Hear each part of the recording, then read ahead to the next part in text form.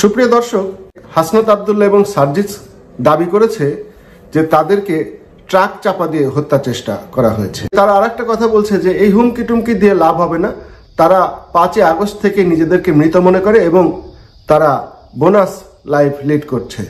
হ্যাঁ, বিধাতা তোমাদের হয়তো হায়াত রেখেছেন, কিন্তু একজন ব্যক্তি, তার দয়াতেও তোমরা বেঁচে আছো, সেটা হলো শেখ হাসিনা।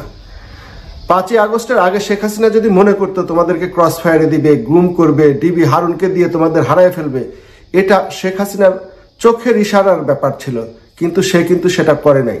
সেটা তোমাদের দয়া দেখিয়েছে। একমাত্র শেখ হাসিনার দয়ায় তোমরা জীবনে বেঁচে আছো। শেখ হাসিনা তখন যদি মনে করতো তোমাদের প্রত্যেককে অন্তত 10 বার হত্যা করতে পারতো, গুম করতে পারতো, ক্রস ফায়ারে দিতে পারতো, কিন্তু তিনি সেটা করেন নাই। তিনি দয়া দেখিয়েছেন, তার দয়াই তোমরা বেঁচে আছো এখন পর্যন্ত। সার্জিস এবং হাসনাত আব্দুল্লাহকে কি আসলেই গাড়ি চাপা দিয়ে হত্যা করতে হবে? ভাই হাসনাত এবং সার্জিস আব্দুল্লাহ, তোমাদের গাড়ি চাপা দিয়ে জনগণ হত্যা করবে না। গাড়ি চাপা দিয়ে তোমাদের জনগণ হত্যা করবে কেন? এই জনগণ তোমাদের মাথায় উঠিয়েছে, এই জনগণ তোমাদেরকে ম্যান্ডেট দিয়েছিল, তাদের প্রত্যাশা ছিল তোমরা তাদের প্রত্যাশা পূরণ করবে বা দেশে একটা সুন্দর শান্তি শৃঙ্খল দেশ গড়বে, একটা মানবিক দেশ হবে। কিন্তু তোমাদের ষড়যন্ত্রে পা দেওয়ার পরে একটা দেশ ধ্বংস হয়েছে, দেশের জনগণ আজকে না খেয়ে মরছে, দ্রব্যমূল্যের ঊর্ধ্বগতি, যেখানে সেখানে যাকে তাকে যখন তখন গণধোলাই দেওয়া হচ্ছে।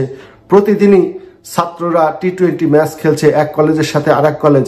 জনগণ এখন আর রাস্তায় বের হয়ে নিজেদেরকে নিরাপদ মনে করে না। জনগণ এখন আর মনে করে না যে তারা যে ইনকাম করছে সেটা দিয়ে আর বাজার করে ঠিক মতো বউ বাচ্চা পোলাপান নিয়ে সংসার চালাতে পারবে। এজন্য জনগণ তোমাদের হত্যার চেষ্টা করছে না, জনগণ তোমাদের হত্যা করবে, এটা নিশ্চিত থাকো, এবং সুযোগ পেলেই করবে। সেটা গাড়ি চাপা দিয়ে তোমাদের হত্যা করতে হবে না, সেই হত্যাটা তোমাদেরকে জনগণ গণপিটুনিতে করবে।